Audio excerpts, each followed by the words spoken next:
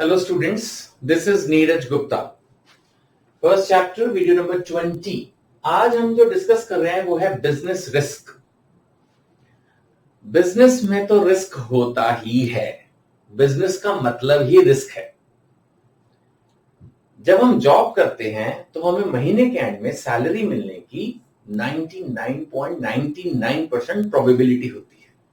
जो अमाउंट मिलना है वही अमाउंट मिलेगा, इसकी भी पूरी प्रोबेबिलिटी होती है.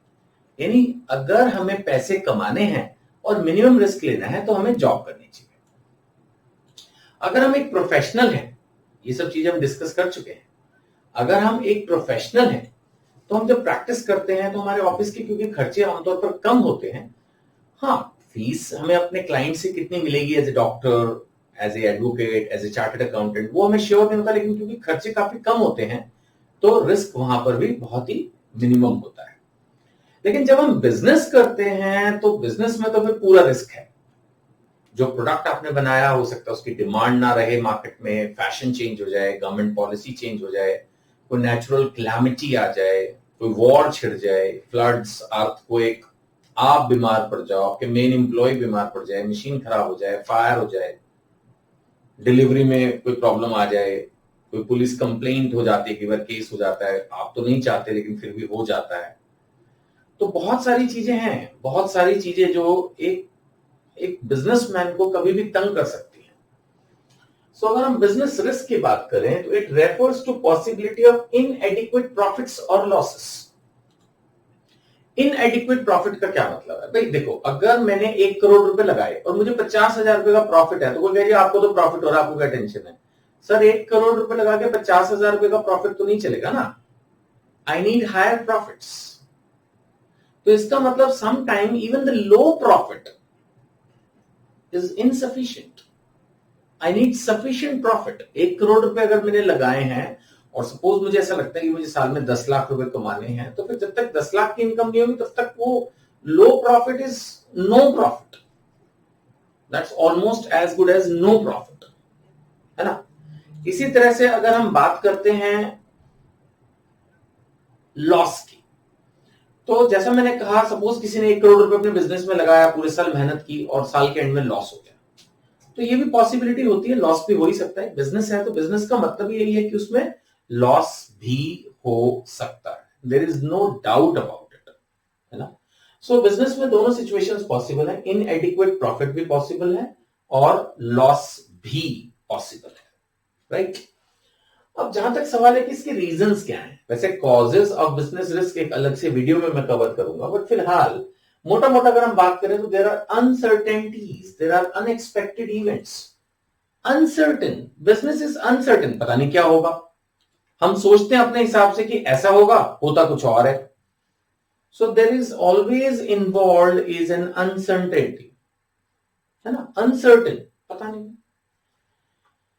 हम अपनी तरफ से बहुत अच्छा सोच के ही कोई भी काम करेंगे, लेकिन future is always uncertain, right. So this is uncertainty. Unexpected events, जैसे मैंने अभी कहा, अनएक्सपेक्टेड इवेंट कुछ भी हो सकते हैं ना. Some natural calamity, some accident, some fire, flood, government policy change, foreign competition, कुछ भी अनएक्सपेक्टेड ही है ना.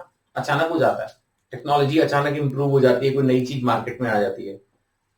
Business is always subject to these things. अगर हम बुक के हिसाब से चलें तो there are 2 types of risk. One is a speculative risk, the other is a pure risk. Speculative risk क्या है? स्पेक्युलेटिव रिस्क इन्होंने नॉर्मल बिजनेस रिस्क को ही बोल दिया कि आप बिजनेस कर रहे हो तो या तो प्रॉफिट होगा या लॉस हो सकता है, तो बस इसको इन्होंने स्पेक्युलेटिव रिस्क बोल दिया. यानी जो मैं पढ़ा रहा हूं एक तरह से वो स्पेक्युलेटिव रिस्क है. फिर प्योर रिस्क क्या है? प्योर रिस्क है जिसमें लॉस ही होगा, हद से हद या नहीं होगा, मतलब गेन होने की कोई प्रोबेबिलिटी नहीं है. स्पेक्युलेटिव रिस्क जो मैंने अभी बताया उसमें गेन भी हो सकता है, लॉस भी हो सकता है. बट प्योर रिस्क, इसलिए उसको प्योर रिस्क बोला है कि उसमें तो बस रिस्क ही है, गेन तो कुछ होना नहीं, है ना. अब जैसे माना कोई बच्चा जो है वो स्मोकिंग कर रहा है तो वो प्योर रिस्क है, उसमें गेन तो कुछ है नहीं, लॉस ही लॉस है. ऐसे ही कुछ बिजनेस इवेंट्स या कुछ इवेंट्स ऐसी होती हैं बिजनेस के एंगल से जिनको प्योर रिस्क माना जा सकता है, जैसे नेचुरल कैलामिटीज. अब अगर अर्थक्वेक आएगा तो कोई फायदा तो होगा नहीं, नुकसान ही होगा. फायर हो गई, फ्लड आ गया, तो ये जितने भी सिचुएशंस हैं, इन सब सिचुएशंस को हम क्या बोल सकते हैं? These are the situations of pure risk. इसमें बस नुकसान ही होगा। तो स्पेकुलेटिव रिस्क जिसमें प्रॉफिट और लॉस, जबकि अगर हम प्योर रिस्क की बात करते हैं तो लॉस और no loss, fire, theft, flood.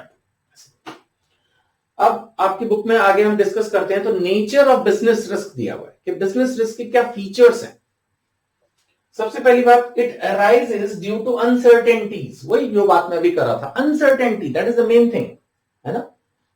Demand fluctuate कर सकती है, डिमांड तो बहुत ही ज्यादा फ्लक्चुएट करती है। नई कंपनी कोई आ जाएगी, दबा के ऐड कर देगी, सब लोग सोचेंगे इस बार तो इसी का प्रोडक्ट लेते हैं, आपकी डिमांड अननेसेसरी लो हो गई, आपने कोई गलती नहीं की, आपने कोई प्राइस इंक्रीज नहीं किया, क्वालिटी खराब नहीं की, कुछ नहीं, बट एक नई कंपनी आ गई है, नई चीज दे रही है, बहुत ऐड है, सोचते हैं चलो यार इस बार इसका प्रोडक्ट ट्राई कर लें, जबरदस्ती, फ्लक्चुएशन इन डिमांड।